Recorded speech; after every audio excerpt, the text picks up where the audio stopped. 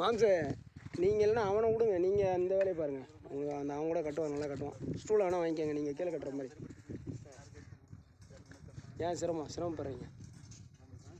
அவன்கிட்ட ஸ்கூலுக்கு நீங்கள் போயிருங்க, ஏனி அவன்கிட்ட விடுங்க, அவன் கட்டுவான். அவன்கிட்ட விடுங்க.